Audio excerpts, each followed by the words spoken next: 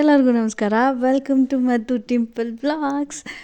Thermocol ಇಟ್ಕೊಂಡು ಏನೋ ಪ್ರಯೋಗ ಮಾಡ್ತಾಯಿದ್ದೀನಿ ಅಂದ್ಕೊಂಡ್ರೆ ಹೌದು, ಖಂಡಿತ ಪ್ರಯೋಗ ಮಾಡ್ತಾಯಿದ್ದೆ. ಮಕ್ಕಳಿಗೆ ಏನಾರ ಪ್ರಾಜೆಕ್ಟು ಆ್ಯಕ್ಟಿವಿಟಿ ಕೊಟ್ಬಿಟ್ರು ಅಂತೂ ಏನು ಆ್ಯಕ್ಟಿವಿಟಿ ಕೊಡ್ತಾರೆ ಏನಕ್ಕೆ ಅಂತ ಅಂದ್ಬಿಟ್ಟು ನಾವು ಬೈಕೋತಾ ಇರ್ತೀವಿ. ಬಟ್ ಸ್ಕೂಲಲ್ಲಿ ಮಾಡೋದು ಒಳ್ಳೆಯದಕ್ಕೆ. ಮಕ್ಕಳಲ್ಲಿ ಯಾವ ಥರ ಟ್ಯಾಲೆಂಟ್ ಇದೆ ಅಂತ ಅಂದ್ಬಿಟ್ಟು ಅದನ್ನು ಮಕ್ಕಳಿಂದ ಹೊರ ಹೊಮ್ಮಿಸೋದಕ್ಕೆ ಇದೆಲ್ಲ ಕೊಡ್ತಾರೆ. ಆದರೆ ತಂದೆ ತಾಯಿ ಹೆಲ್ಪ್ ಮಾಡಿ ಅವರಿಗೆ ಹೇಳ್ಕೊಡಿ ಅಂತ ಹೇಳ್ತಾರೆ. ಮಕ್ಕಳ ಜೊತೆ ನಾವು ಮಕ್ಕಳಾಗಿ ಹೊತ್ತೋಗೋದು ಗೊತ್ತಾಗೋದೇ ಇಲ್ಲ. ಆಮೇಲೆ ಪ್ರಾಜೆಕ್ಟ್ ಹೆಂಗೆ ಮಾಡಿದ್ವಿ ಅಂತಲೂ ಗೊತ್ತಾಗಲ್ಲ. ಹೆಚ್ಚು ಕಮ್ಮಿ 15 ಡೇಸ್ ಬೇಕಾಯಿತು ಇದನ್ನು ಮಾಡೋದಕ್ಕೆ. ದಕ್ಷಿಣ ಕೊಟ್ಟಿದ್ದ ಥೀಮ್ ಬಂದು ಸಿಕ್ಕಿಂ ಟೂರಿಸ್ಟ್ ಪ್ಲೇಸ್ ಅಂತ ಇವನು ಒಂದು ಫ್ರೆಂಡ್ಸ್ ಸೇರಿ ಮಾಡಬೇಕಾಗಿದ್ದು. ಆದರೆ ಅವ್ರ ಜೊತೆ ನಾನು ಸೇರಿಕೊಂಡು ಫೈನಲಿ ಫಿನಿಶ್ ಆಯಿತು.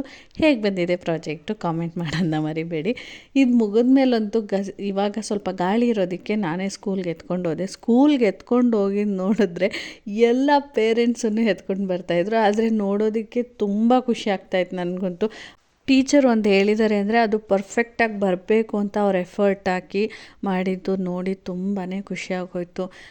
ಚಾಮುಂಡಿ ಬೆಟ್ಟ, ಆಮೇಲೆ post box, jungle book, road, dam ಪ್ರತಿಯೊಂದು ಮಾಡಿದರು ಮಕ್ಕಳು. ನೋಡಿ ಸಖತ್ ಖುಷಿಯಾಗೋಯ್ತು. ಮಕ್ಕಳಿಗೆ ಎಷ್ಟೆಲ್ಲ ಕ್ರಿಯೇಟಿವ್ ಮೈಂಡ್ ಇದೆ ಅಲ್ವಾ ಅಂತ. ಅವಾಗವಾಗ ಸ್ಕೂಲಲ್ಲಿ ಈ ಥರ ಮಾಡೋದು ತುಂಬಾ ಒಳ್ಳೆಯದು.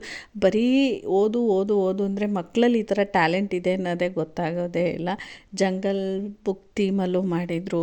ಎಲ್ಲ ಮಕ್ಕಳಿಗೂ ಒಂದೊಂದು ಥೀಮ್ ಕೊಟ್ಬಿಟ್ಟಿದ್ರು. ಇಂಡಿಯಾ ಗೇಟ್ ಒಬ್ಬರು, ಗೋಲ್ ಗುಂಬಸ್ ಒಬ್ಬರು, ವಿಧಾನಸೌಧ ಒಬ್ಬರು, ಸ್ಕೂಲ್ ಒಬ್ಬರು, ಈ ಥರ ಒಂದೊಂದು ಮಕ್ಕಳು ಒಂದೊಂದು ಥರ ಮಾಡಿಕೊಂಡು ತಗೊಂಡು ಬರ್ತಾಯಿದ್ರು.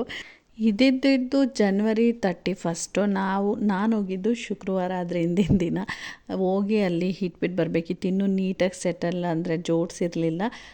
ಶನಿವಾರ ಇದ್ದಿದ್ದು ಎಕ್ಸಿಬಿಷನ್ನು. ಹಾಗಾಗಿ ಶುಕ್ರವಾರ ಎಲ್ಲ ಪೇರೆಂಟ್ಸ್ಗಳಿಗೂ ಹೇಳಿದರು ಏನೇನು ಮಾಡಿದರೆ ಅದನ್ನೆಲ್ಲ ಎತ್ಕೊಂಡು ಬನ್ನಿ ಅಂತ ಅಂದ್ಬಿಟ್ಟು.